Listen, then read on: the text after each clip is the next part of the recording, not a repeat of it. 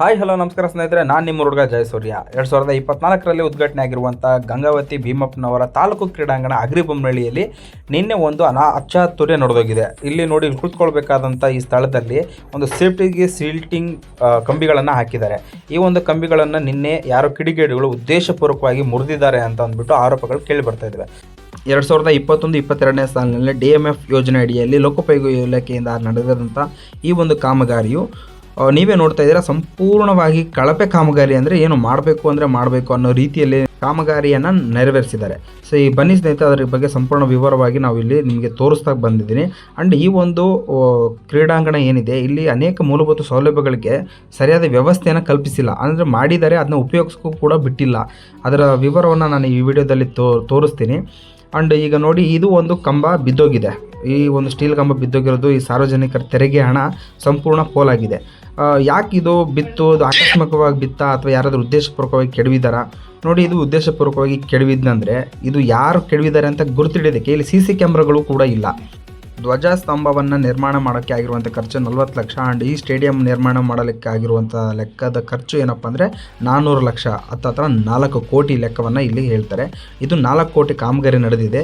ಆದರೆ ಈ 4 ಕೋಟಿ ಕಾಮಗಾರಿಯಲ್ಲಿ ನೋಡಿ ಎಷ್ಟು ಕಳಪೆ ಮಟ್ಟದಲ್ಲಿದೆ ಅಂದರೆ, ಅದನ್ನು ಒಂದು ಸ್ವಲ್ಪ ಡೀಪಾಗಿ ಒಳಗಡೆ ಸುರಕ್ಷಿತವಾಗಿ ಮುಂದಿನ ತಾಳಿಕೆಗೋಸ್ಕರ ಮಾಡಬೇಕು ಅಂತಂದು ಏನು ಮಾಡಲಾರ್ದಂಗೆ, ಯೋಜನೆನೇ ಇಲ್ದಂಗೆ ಮಾಡಿದ್ದಾರೆ ಅನಿಸುತ್ತೆ.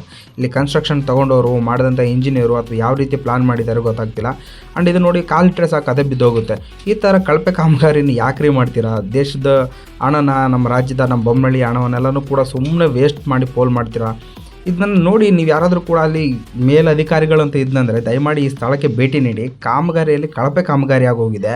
ಇದು ನಾವು ಯಾರಿಗೂ ವೈಯಕ್ತಿಕ ಉದ್ದೇಶದಿಂದ ಮಾಡ್ತಾ ಇಲ್ಲ. ಇದು ಅಗ್ರಿಬೊಮ್ಮನಹಳ್ಳಿ ಸಾರ್ವಜನಿಕ ಆಸ್ತಿ. ಈ ಸಾರ್ವಜನಿಕ ಆಸ್ತಿಯಲ್ಲಿ ನಮ್ಮ ದುಡ್ಡು ಸೇರಿಕೊಂಡಿದೆ, ನಮ್ಮ ತೆರಿಗೆ ಹಣವನ್ನು ನಾವು ಕಟ್ಟಿದ್ದೀವಿ.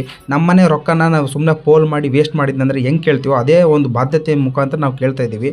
ನೋಡಿ, ಇದು ಇಷ್ಟ ಅಡಿಯಲ್ಲಿ ಇಟ್ಟಿದ್ದಾರೆ. ಇದಕ್ಕೆ ಈ ಒಳಗಡೆ ಕೂಡ ಯಾವುದೇ ಸೇಫ್ಟಿ ಇಲ್ಲ. ಒಳಗಡೆಯಿಂದ ಯಾವುದಾದ್ರು ವೆಲ್ಡಿಂಗ್ ಮಾಡಿಸಿ ಮಳೆ ಇಟ್ಟು ಅದೇನೋ ಮಾಡಿಸಿದೆ ಅಂದರೆ ಇಲ್ಲವೇ ಇಲ್ಲ. ಒಂದು ತೋರು ಬೆರಳು ಉದ್ದ ಇಲ್ಲ ಇದು. ಆ್ಯಂಡ್ ಕೆಳಗಡೆನೂ ಕೂಡ ಯಾವುದೇ ಸೇಫ್ಟಿ ಇಲ್ಲ. ಈ ಥರ ಇರುವಂಥ ಈ ಒಂದು ಬಿಲ್ಡಿಂಗ್ ಕನ್ಸ್ಟ್ರಕ್ಷನು ಅಥವಾ ಈ ಒಂದು ಸ್ಟೇಡಿಯಂ ಕನ್ಸ್ಟ್ರಕ್ಷನ್ ಆಗಿದೆಯಲ್ಲ, ಈ ಸ್ಟೇಡಿಯಂ ಕನ್ಸ್ಟ್ರಕ್ಷನ್ ಇದನ್ನ ಉತ್ತಮ ಕ್ವಾಲಿಟಿ ಸರ್ಟಿಫಿಕೇಟ್ ಆದರೂ ಹೆಂಗೆ ಸಿಗ್ತೀವಿ ಇವ್ರಿಗೆ? ಯಾವ ರೀತಿಯಲ್ಲಿ ಕೊಟ್ಟರು ಕೇಳೋದಕ್ಕೆ ನಮಗೆ ಬೇಜಾರಾಗ್ತಿದೆ. ಈ ಒಂದು ಸ್ಟೇಡಿಯಮ್ಮು ತಾಲೂಕು ಕ್ರೀಡಾಂಗಣ ಸ್ಟೇಡಿಯಂ ಆಗಿದೆ. ಇಲ್ಲಿ ಉಳ್ಕೊಳ್ಳೋದಕ್ಕೂ ಕೂಡ ಸರಿಯಾದ ರೂಮ್ಗಳ ವ್ಯವಸ್ಥೆ ಕಟ್ಟಿಸಿದ್ದಾರೆ, ಆದರೆ ಬಳಸೋದಕ್ಕಾಗಂಗಿಲ್ಲ. ಆ್ಯಂಡ್ ಬನ್ನಿ, ಇದರೊಳಗಡೆ ಶೌಚಾಲಯಗಳಿದ್ದಾವಂತೆ. ಈ ಶೌಚಾಲಯಗಳನ್ನು ನೋಡ್ಕೊಂಡು ಬರೋಣ.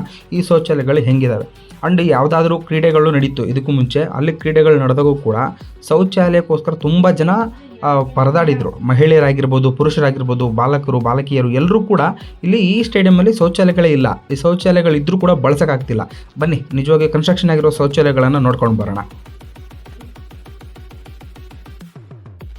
ನೋಡಿ, 4 ಕೋಟಿ ಕನ್ಸ್ಟ್ರಕ್ಷನ್ ಆಗಿರುವಂಥ ಈ ಒಂದು ಬಿಲ್ಡಿಂಗಲ್ಲಿ ಇನ್ನೂ ನೀರಿನ ಸಪ್ಲೈ ಆಗಿಲ್ಲ. ಆ್ಯಂಡ್ ನೀರಿನ ಸಪ್ಲೈ ಮಾಡೋದಕ್ಕೂ ಕೂಡ ಇನ್ನೂ ಎಷ್ಟು ವರ್ಷಗಳು ಬೇಕೋ ಅಥವಾ ಇನ್ನೂ ಯಾವ ಟೆಂಡರ್ ಬೇಕೋ ಗೊತ್ತಾಗ್ತಿಲ್ಲ.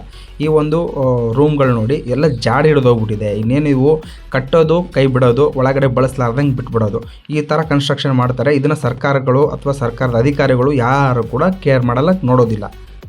ನೀರಿನ ವ್ಯವಸ್ಥೆನೇ ಕೊಡಲಾರ್ದಂಗೆ ಈ ಥರ ಶೌಚಾಲಯಗಳನ್ನು ನಿರ್ಮಾಣ ಮಾಡಿ ಅದನ್ನ ಬಳಸಲಾರ್ದಂಗೆ ಕೈ ಬಿಟ್ಟರೆ ಯಾವ ಅಧಿಕಾರಿಗಳಾಗಲಿ ಅಥವಾ ಯಾವ ಸಾರ್ವಜನಿಕರಾಗಲಿ ಏನು ಲಾಭ ಆಗುತ್ತೆ? ಸುಮ್ಮನೆ ಕಟ್ಟಬೇಕು ಅಂದರೆ ಕಟ್ಟಬೇಕು, ಅಥವಾ ಇರಬೇಕು ಅಂದರೆ ಇರಬೇಕು ಅನ್ನೋ ರೀತಿ ಮಾಡೋಕ್ಕೆ ಹೋಗ್ಬೇಡಿ. ಇದನ್ನ ಬಳಸಬೇಕು. ಇದಕ್ಕೆ ಲಕ್ಷಾಂತರ ರೂಪಾಯಿ ದುಡ್ಡನ್ನು ನಮ್ಮ ತೆರಿಗೆ ಹಣದಲ್ಲಿ ನಾವು ಕೊಟ್ಟಿರ್ತೀವಿ.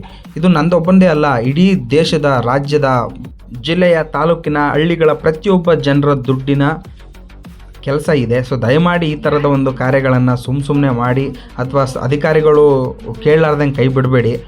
ಈ ಒಂದು ತಾಲೂಕು ಸ್ಟೇಡಿಯಮ್ಮನ್ನು ದಯಮಾಡಿ ಒಂಚೂರು ನೋಡ್ಕೊಂಡು ಬನ್ನಿ ಅಧಿಕಾರಿಗಳು. ಇಲ್ಲಿ ಕುಡಿಯೋ ನೀರಿನ ವ್ಯವಸ್ಥೆ ಅಂತೂ ನಿಜವಾಗ್ಲೂ ನಮಗೆ ಹೇಳೋದಕ್ಕೆ ನಿಮಗೆ ತೋರಿಸ್ತಿದ್ದೆ. ನೋಡಿ, ಇಲ್ಲಿ ಕುಡಿಯೋ ನೀರಿನ ವ್ಯವಸ್ಥೆ, ಯಾವುದಾದ್ರು ಕಾರ್ಯಕ್ರಮಗಳು ನಡೆದರೆ ಕುಡಿಯೋ ನೀರಿನ ವ್ಯವಸ್ಥೆ ಈ ಪೈಪಲ್ಲಿ ಬರುತ್ತೆ. ಆ್ಯಂಡ್ ಅದನ್ನು ಕುಡಿದು ನಾವು ಕ್ರೀಡೆಯಲ್ಲಿ ರ್ಯಾಂಕ್ ಬರಬೇಕು. ಆ್ಯಂಡ್ ಒಲಿಂಪಿಕ್ಸಿಗೆ ನಮ್ಮ ತಾಲೂಕಿನಿಂದ ಅಥವಾ ನಮ್ಮ ಅಗ್ರಿಬೊಮ್ಮನಹಳ್ಳಿಯಿಂದ ಹೋಗಬೇಕು. ಆ್ಯಂಡ್ ಶೌಚಾಲಯದ ವ್ಯವಸ್ಥೆ ನೋಡಿ, ಇದು ಗಂಭೀರ್ ಕಾಲೇಜ್ ಮುಂದ್ಗಡೆ ಇರುವಂಥ ಶೌಚಾಲಯ. ಇದು ಯಾವಾಗ ಕಟ್ಸಿದ್ರು, ಎದಕ್ಕೆ ಕಟ್ಸಿದ್ರು ಅಂತಲೇ ಗೊತ್ತಿಲ್ಲ. ಇವತ್ತಿನವರೆಗೂ ಅದು ಓಪನೇ ಮಾಡಲಾರ್ದು ಕೈ ಬಿಟ್ಟಿದ್ದಾರೆ. ಪಬ್ಲಿಕ್ ಸೆಕ್ಟರ್ ಜಾಗದಲ್ಲಿರುವಂಥ ಈ ಥರದ ಬಿಲ್ಡಿಂಗ್ಗಳು ಸುಮ್ಮನೆ ಕಟ್ಸ್ತಾರೆ, ಅನುದಾನ ಬಿಡುಗಡೆ ಮಾಡಿಸ್ಕೊತಾರೆ, ಕಟ್ಟಿಸಿ ಕೈ ಬಿಟ್ಬಿಡ್ತಾರೆ. ಇದನ್ನ ಯೂಸೇ ಮಾಡೋಕ್ಕೆ ಬಿಡಲ್ಲ ರೀ. ಯೂಸ್ ಮಾಡೋಕ್ಕಾಗಲ್ಲ ಅಂದರೆ ಈ ಥರದ ಬಿಲ್ಡಿಂಗ್ಸಲ್ಲಿ ಎದಕ್ಕೆ ಕಟ್ಟಿಸ್ತೀರಾ? ಇಲ್ಲಿ ನೋಡಿ ಈ ಶೌಚಾಲಯಗಳನ್ನ ಓಪನ್ ಆಡಿಟೋರಿಯಮ್ಸ್ ಕಟ್ಟಿಸಿದ್ದಾರೆ, ಬೀಗ ಹಾಕ್ತಾರೆ, ಹೊಂಟೋಗ್ಬಿಡ್ತಾರೆ. ಆ್ಯಂಡ್ ಇದರಿಂದಗಡೆ ಬನ್ನಿ ತೋರಿಸ್ತೀನಿ. ಇಲ್ಲಿ ಇದನ್ನೇನಾದರೂ ಯೂಸ್ ಮಾಡಿದ್ದಂದರೆ ಹೋಗೋದಕ್ಕೆ ಒಂದು ಒಳ್ಳೆ ವ್ಯವಸ್ಥೆ ಬೇಡವಾ? ಪೈಪ್ ಖಾಲಿ ಮಾಡ್ತಾರೆ, ಇಲ್ಲೇ ಸ್ವಚ್ಛತೆ ಇಲ್ಲ, ಮತ್ತು ಇದು ಸ್ವಚ್ಛತೆ ಆಗಿಲ್ಲ ಅಂದರೆ ಮತ್ತೆ ಪೌರ ಕಾರ್ಮಿಕರಿಗೆ ಕಂಪ್ಲೇಂಟ್ ಮಾಡ್ತಾರೆ. ಇವರೇ ಸರಿಯಾಗಿ ಬಳಸಿದರೆ ಇದೆಲ್ಲನೂ ಕೂಡ ಯಾಕೆ ಬೇಕಾಗುತ್ತೆ? ಇದೆಲ್ಲ ಪೌರ ಕಾರ್ಮಿಕರು ಮಾಡಬೇಕಾದ ಕೆಲಸನ? ಒಬ್ಬ ಸಾಮಾನ್ಯ ಪ್ರಜ್ಞೆ ಇಲ್ವಾ ಜನಕ್ಕೆ? ಈ ಥರ ಒಂದು ಘಟನೆ ನಡೆದಿರೋದಕ್ಕೆ ಸಾರ್ವಜನಿಕರಿಗೆ ಬೈಬೇಕು, ಅಥವಾ ಅದಕ್ಕೆ ಸುರಕ್ಷತೆಗೋಸ್ಕರ ಯಾವುದೇ ರೀತಿಯ CC ಕ್ಯಾಮ್ರಾ ಆಗಲಿ ಯಾವುದೇ ಸುರಕ್ಷತಾ ಕ್ರಮ ಕೈಗೊಳ್ಳಲಾರ್ದ ಅಧಿಕಾರಿಗಳು ಬೈಬೇಕು. ಆ್ಯಂಡ್ ಇಷ್ಟೆಲ್ಲ ನಡೆದ್ರೂ ಕೂಡ ಕೇರ್ ಮಾಡಲಾರ್ದ ಅಧಿಕಾರಿಗಳು ಬೈಬೇಕು, ಗೊತ್ತಾಗ್ತಿಲ್ಲ. ಯಾರು ಬೈದರೂ ಏನೂ ಇಲ್ಲ. ಸಾರ್ವಜನಿಕರಾಗಿ ನಾವೇ ನಮ್ಮ ಆಸ್ತಿಗಳನ್ನು ಉಳಿಸ್ಕೋಬೇಕು. ಸೊ ದಯಮಾಡಿ ಸಂಬಂಧಪಟ್ಟವ್ರಿಗೆ ಇದನ್ನು ಶೇರ್ ಮಾಡಿ.